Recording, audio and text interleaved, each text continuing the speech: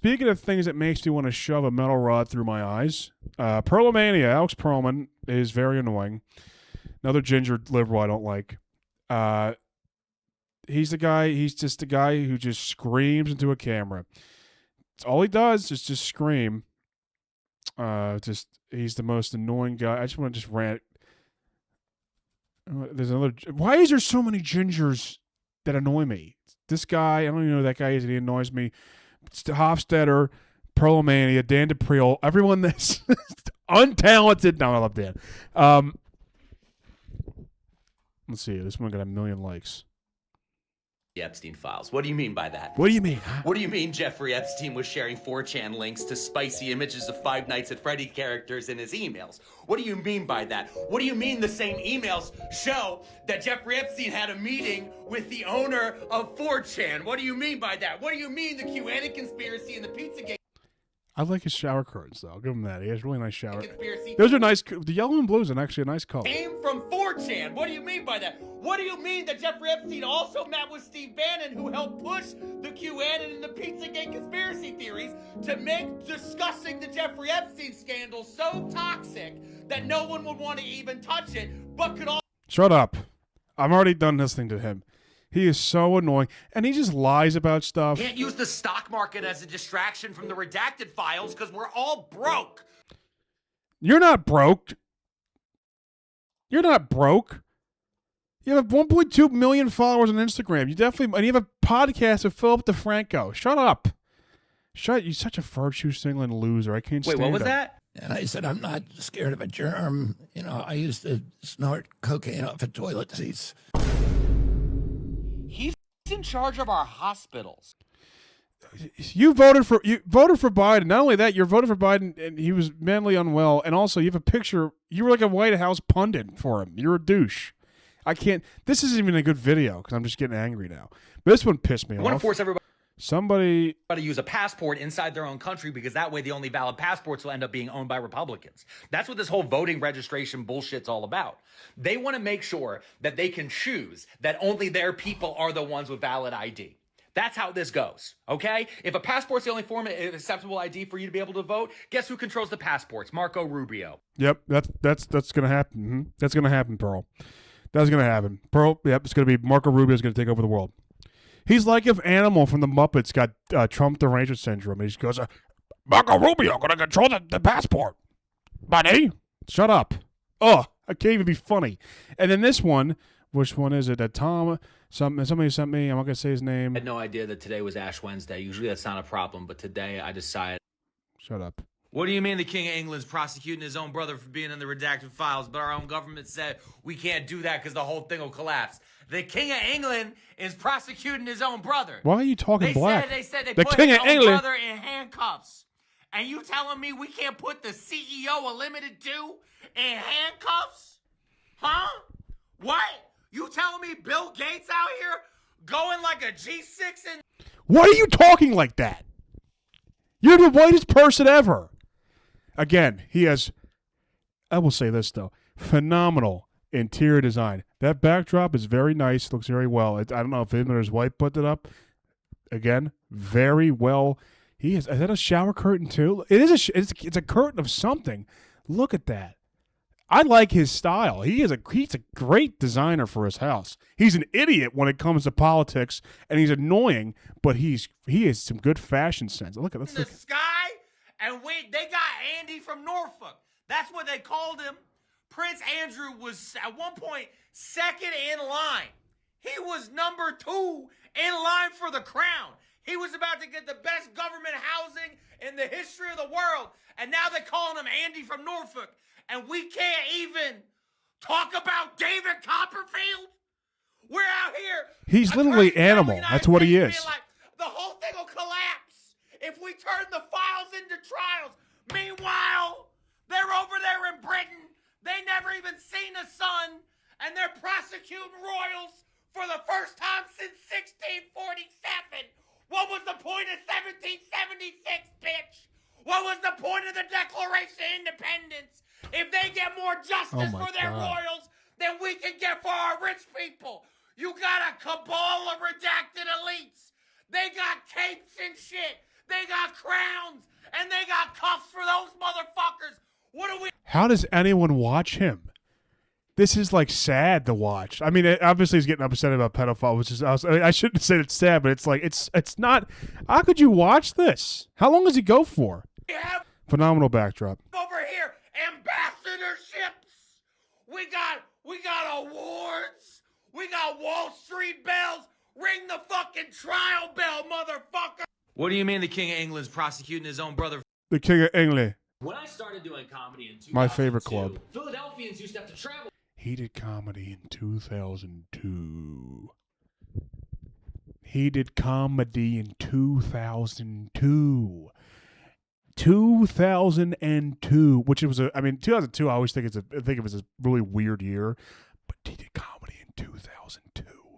He started doing comedy in 2002.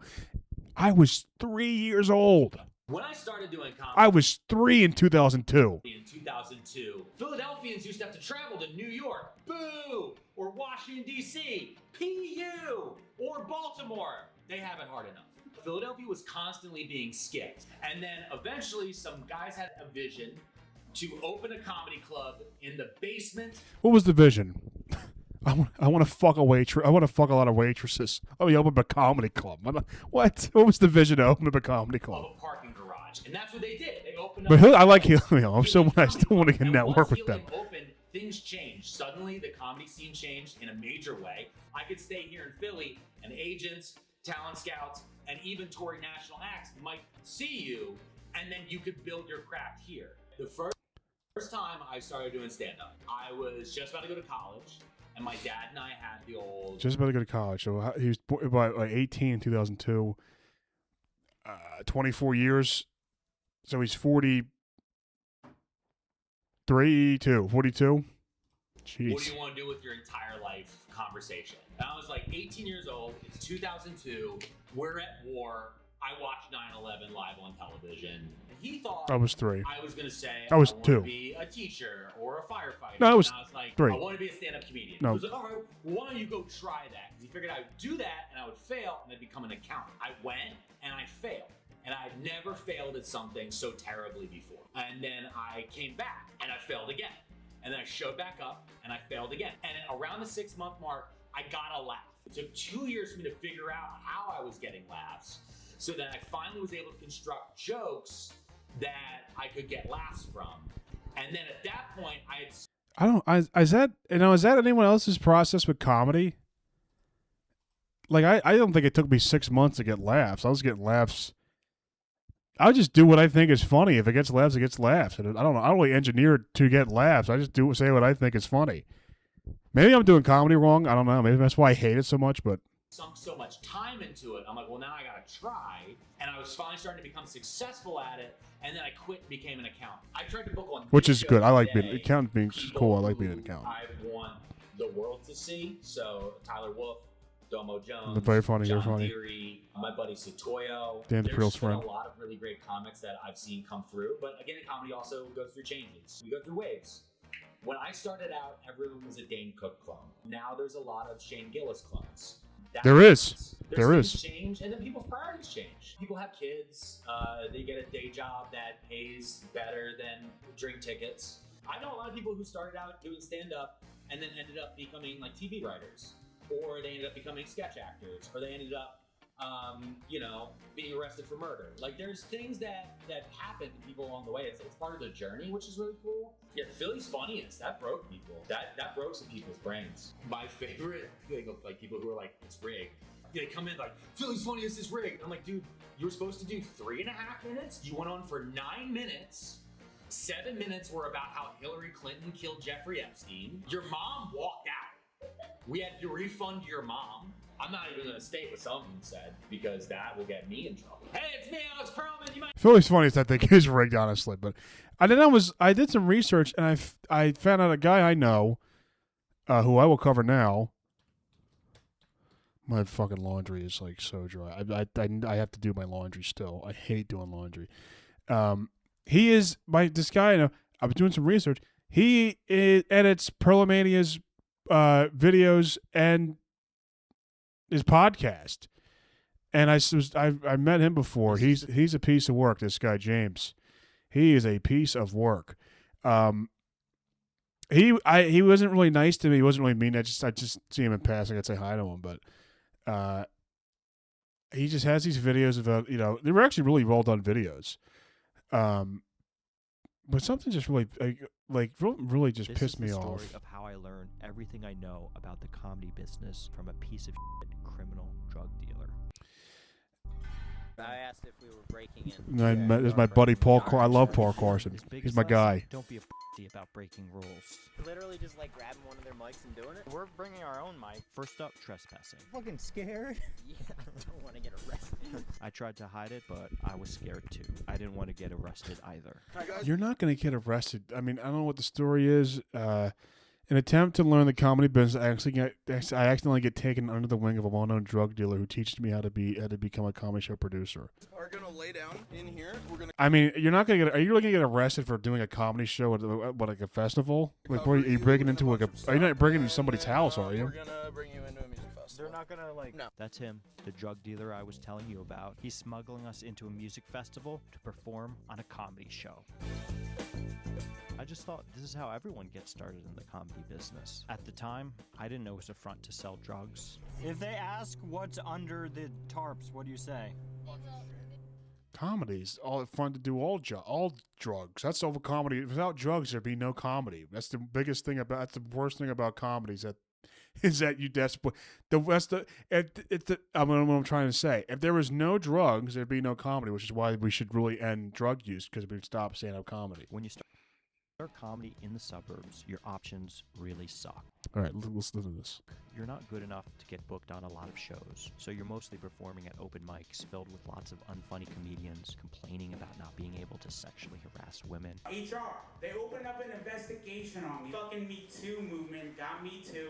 Or bragging about the ones they did manage to have sex with. Yes, I fucked her, yes. What a fucking... I mean, that's such a weaselly thing to do. You're going to shit on these guys doing comedy and you're going to blur their faces. I don't even know who this... I have no idea who this is. I might have an idea. I don't know who the other guy is, but... I mean, what a fucking wussy, pussy thing to do just to, like, make fun of these open mic. It's an open mic. It's all open mics suck. You have bad jokes at open mics, too. I've been there. And it's like, what are you doing shit on these guys? Yes. So, when a successful drug dealer approached me about doing a bunch of comedy shows, I said yes. What is he on LinkedIn? Does he have certificates on LinkedIn for being a successful drug dealer? Like, how is he like? Without asking any questions. Are you doing a set for fucking El Chapo? Say what we're doing out loud. His drug dealing business just got busted by the cops, so he needed something.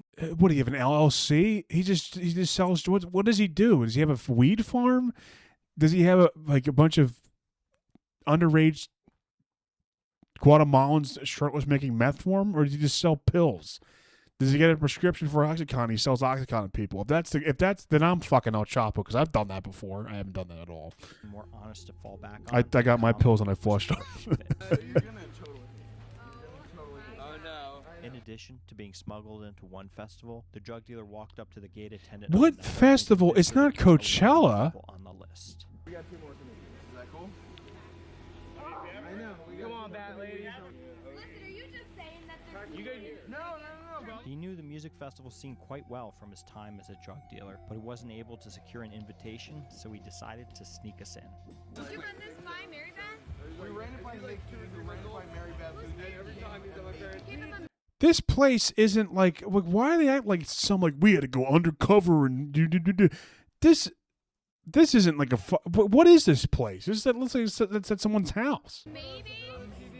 If I get in We're gonna put on a. Which did end up getting her in trouble. Dude, they're stricter than last year. It's just one last year that we got in trouble for putting 11 comedians on the list. Yay, let's go Redskins, baby. Let's go. We're going to run it back, baby. We're going to be good this next season. With these methods, we were able to sneak into 10 different music festivals, but that ended up being the easy part. The real challenge was putting on a successful show. We needed to find a spot to That's a set nice up where we jacket. wouldn't get caught. Use our car as a power source. And promote. Come on, guys. See some stand-up comedy. It's across from this DJ stage. On the right. You can see comedians who've been on HBO, Comedy Central, the Joe Rogan podcast. And then it was time to perform. Most of the comedians, like myself, were still nervous about getting caught. Beard Fest, how we doing?